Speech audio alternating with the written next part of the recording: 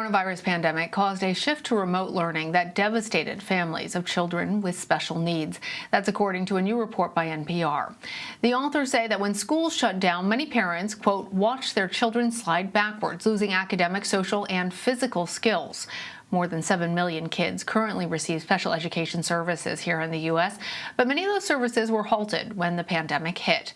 For more, I want to bring in Phyllis Wolfram. She is the executive director for the Council of Administrators of Special Education. She's also a retired public school educator.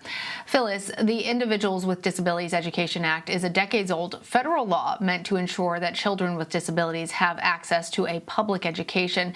Tell us, what else is guaranteed under this law, and how did it fall short during this national health crisis? I think there are a number of things to consider. First, thank you for having me on tonight to talk about such an important issue. But I think that, where we fell short was we were interrupted by the pandemic.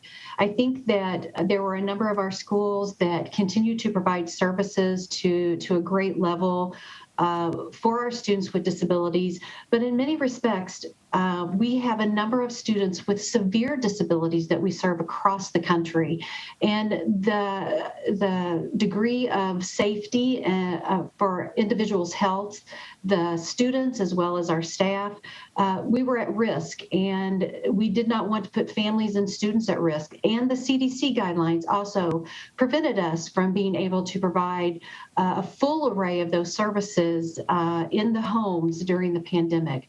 So it has been of great concern to educators across the nation as well as our families. Yes, and we have been talking with educators and parents of children with special needs throughout the pandemic. And one of the things that we've heard is, despite the frustration, it echoes what many experts say, that neither the schools nor the families are really to blame for the lack of special services and support offered during the pandemic.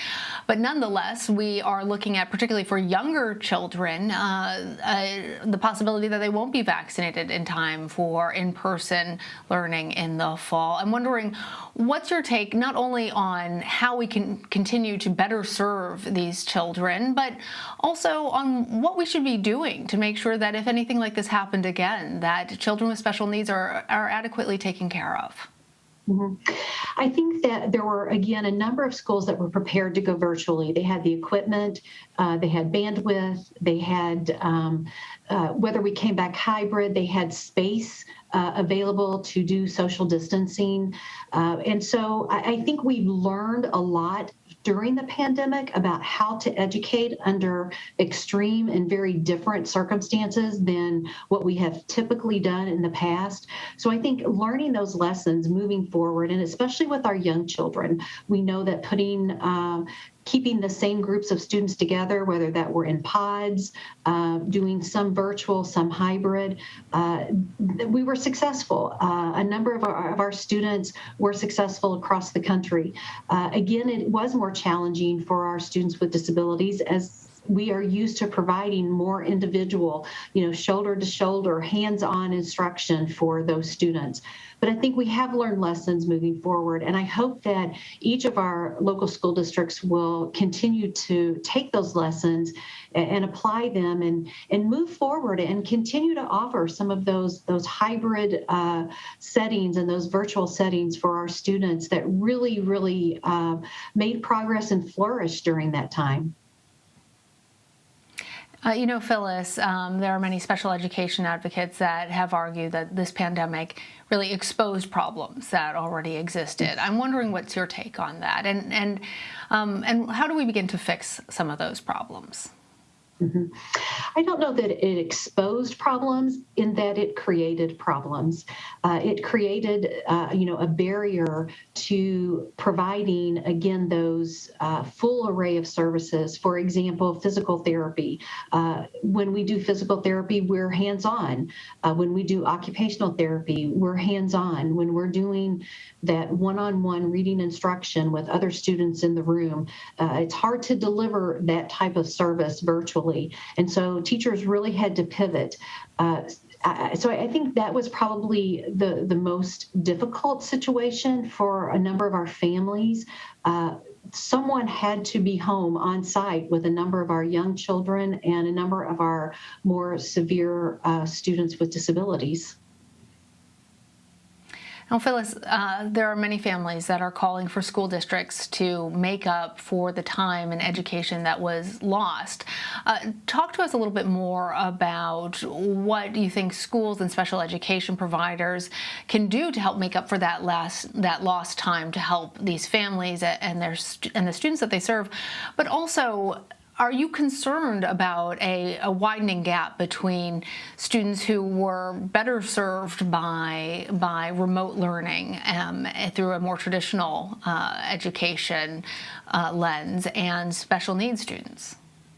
Yes, great question, great topic, a challenging topic that our schools are facing.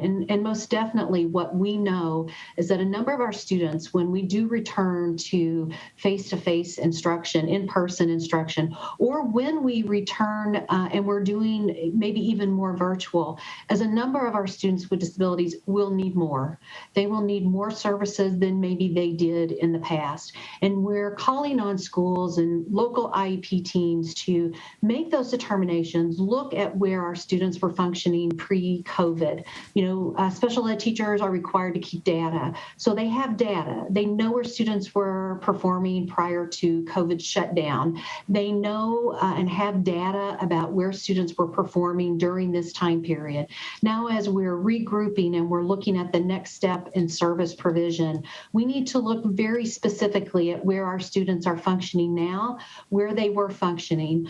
Have we seen regression? Have we seen progress in some areas? And then make determinations about those individual needs.